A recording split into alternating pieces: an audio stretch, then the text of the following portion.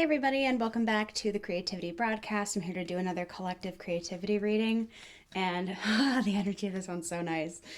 This is for you if you are working your relationship with your creativity or creative spirit.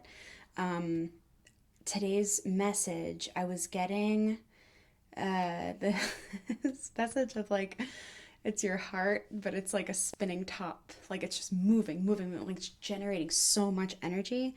And I asked the Sacred Rebels Oracle to clarify this message for us, and the message is number 29, seeing the true you.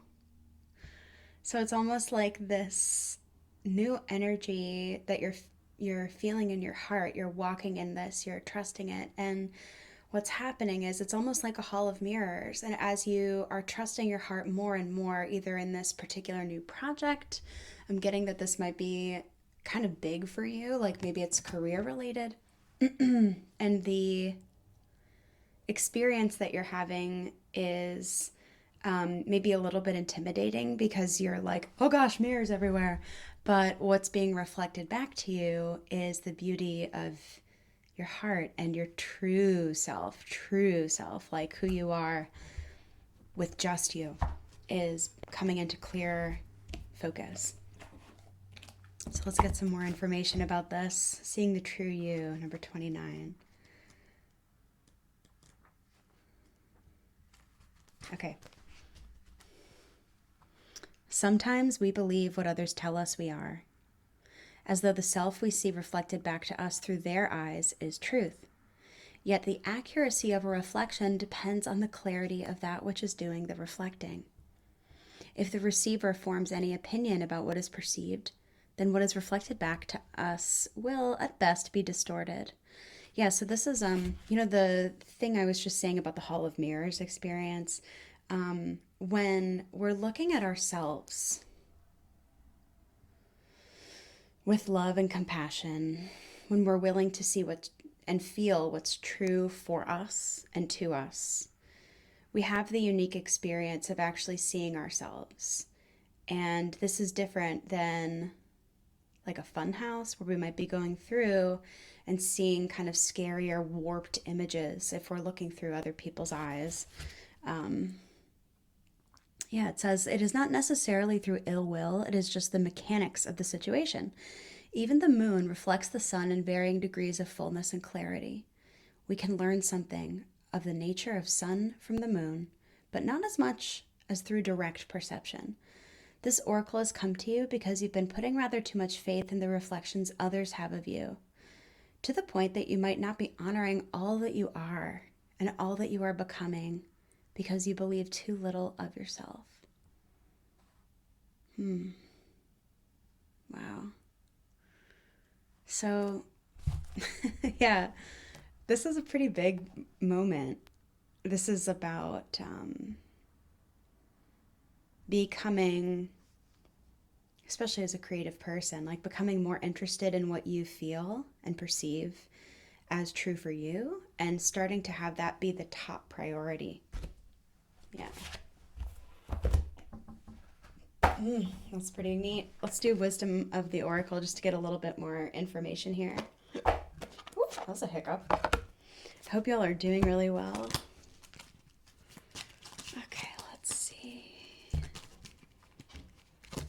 Just jump out when it's ready. Just please clarify what else do they need to know about this. Oh, hello. Time to go, it says. It's a number 45. All right. Is there anything else about seeing the true you?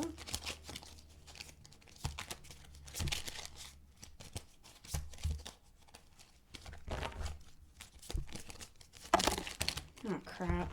That was like an avalanche. All right. Here's my interpretation of this.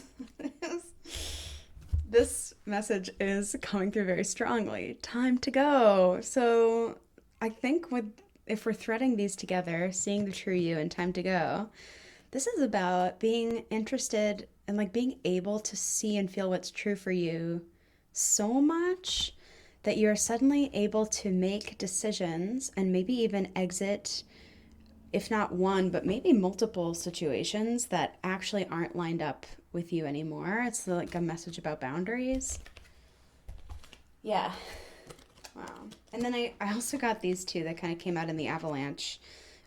Face up, we have By the Book and we have New Life. So, yeah, this is really like time to go, leaving behind stuff that doesn't work for you. New life, the beginning of a new cycle.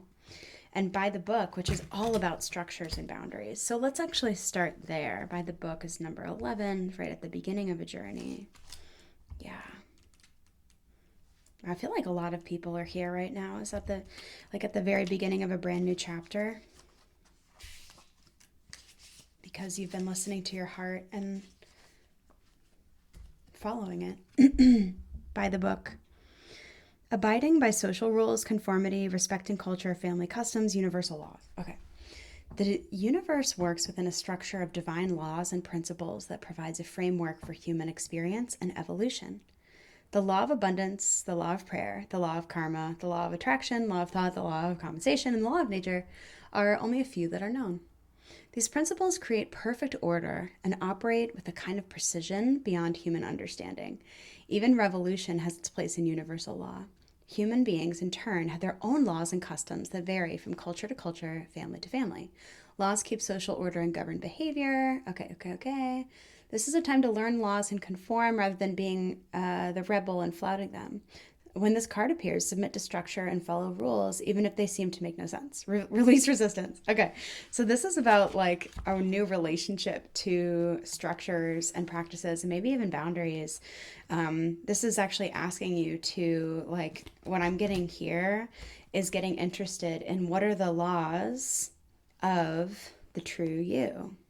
What are the big conversations that are becoming important to you, and really using this, the things that feel like new life, they're kind of like mirrors in themselves, like what you're starting to understand as new, and like this cute little fairy like waking up in your life. What's waking up now is showing you what needs to be adhered to and what needs to be followed. Yeah, time to go is really creating some urgency here. Let's check in with that. Let's see. 45. Yeah, endings, completion, walking away from something. You're at the end of one journey, and this is the moment to bless your experience thus far. Take stock of what you've learned.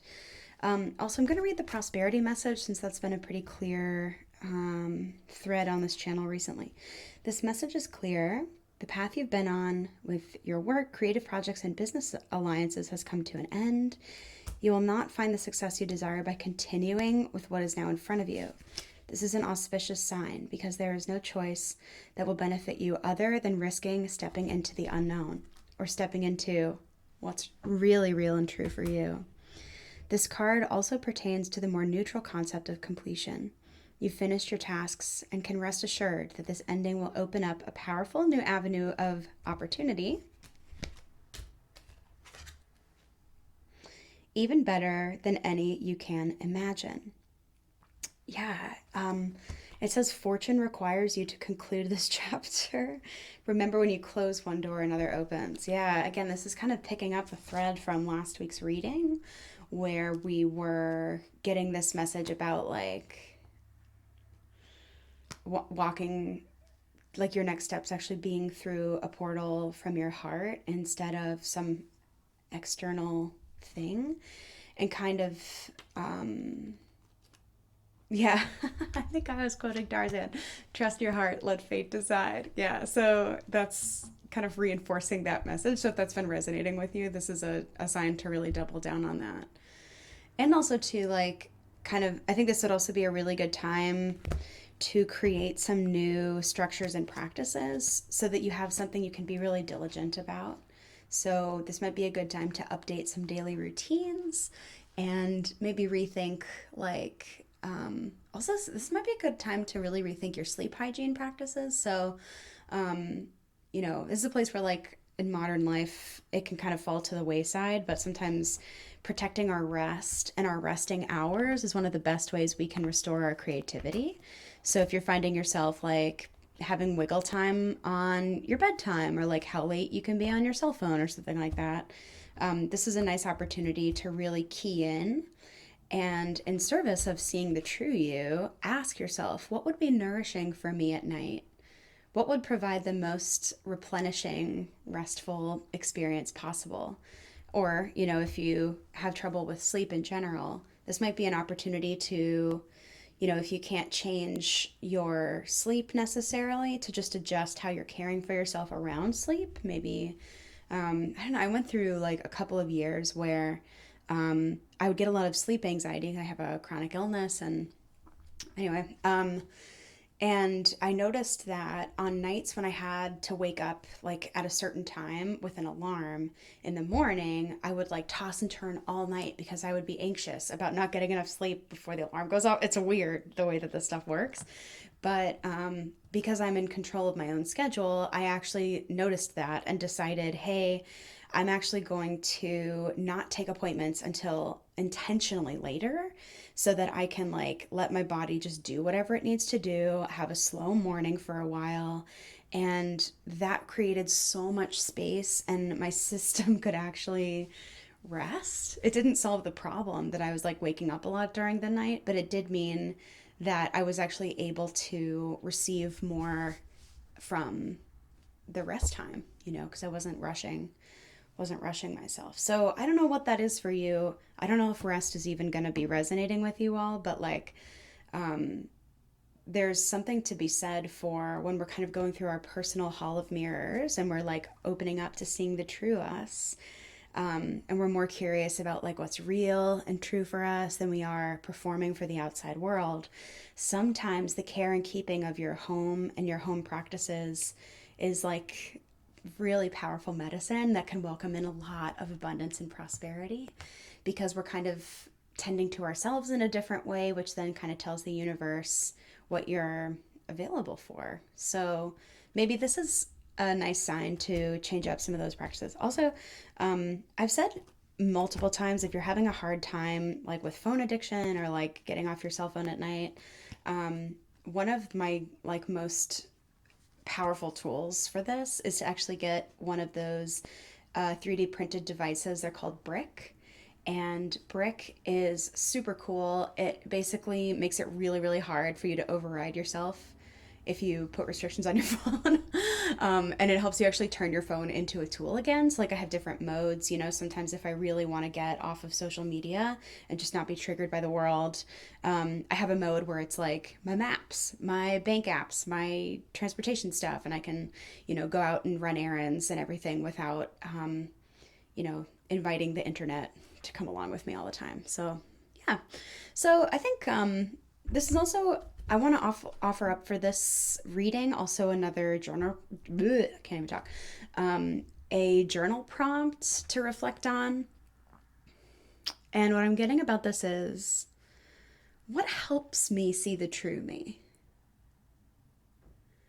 And this is something that you'll want to explore. You might like to revisit from time to time. So I'd recommend flipping to a new page in your journal and write this prompt at the top and just say, what helps me see the true me? And then maybe, at the either first thing in the morning or before you go to bed, take a couple of minutes and write down what your answer is in that moment. And if you do that for maybe a week or two, you'll really start to get some good information about like what helps you see the true you, which is, spoiler alert, the way that the universe likes to provide to us is when we can see the true us. We start giving the true us to the universe. It can actually meet us and give us all the things our heart desires. I just said that like it was so simple. That's one of those things that's like simple in concept and the practice needs support, Okay, let's get one more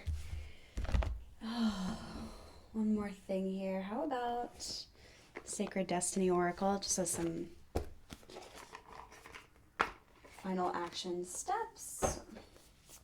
Since we're talking a little bit about boundaries to help you see the true you, we're talking about identifying, oh yeah, don't forget this one. We're talking about identifying the kind of like laws of the new you. Getting interested in those. Okay, what do we need to know about this message. So you might as well just jump out. Oh, it did jump out. Oh, shoot. Oh, we've got two. Openness and release. Okay, so we have this really beautiful opportunity to reflect and release, like actually let yourself be in the letting go. When we're opening up to new rules, we're also shedding the old ones and forgiving and releasing. And there's a lot of beauty in acknowledging that transition. And openness, this is also about our willingness to be supported by the universe, by spirit, by our own intuition, and remembering that at the end of the day, with all of this, we are creative, we are creators, and we don't create alone. So if your intuition is speaking to you, acknowledge it, listen, because sometimes what shows up for us, especially as like sensitive creative people, what shows up for us as intuition is often messages from the other side, communication coming through. And so if you're feeling like something is a sign, it probably is, so pay attention. But fundamentally, even if you're like not getting anything in particular, the very act of choosing to be open to support and learning and like being open to the experience of the true you is going to bring you like closer to what you want. So just choosing to be open is a pretty big deal. Wow, seeing the true you. Thanks everyone for joining me. I hope that this was helpful, useful, nourishing.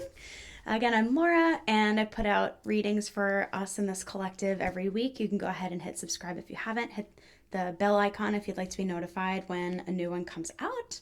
And if you found this video in particular useful, you can give it a like. Let me know. Lastly, go ahead and comment below and tell me if the sleep hygiene thing is feeling important to you right now. I really would like to know. All right, thanks. I'll see you.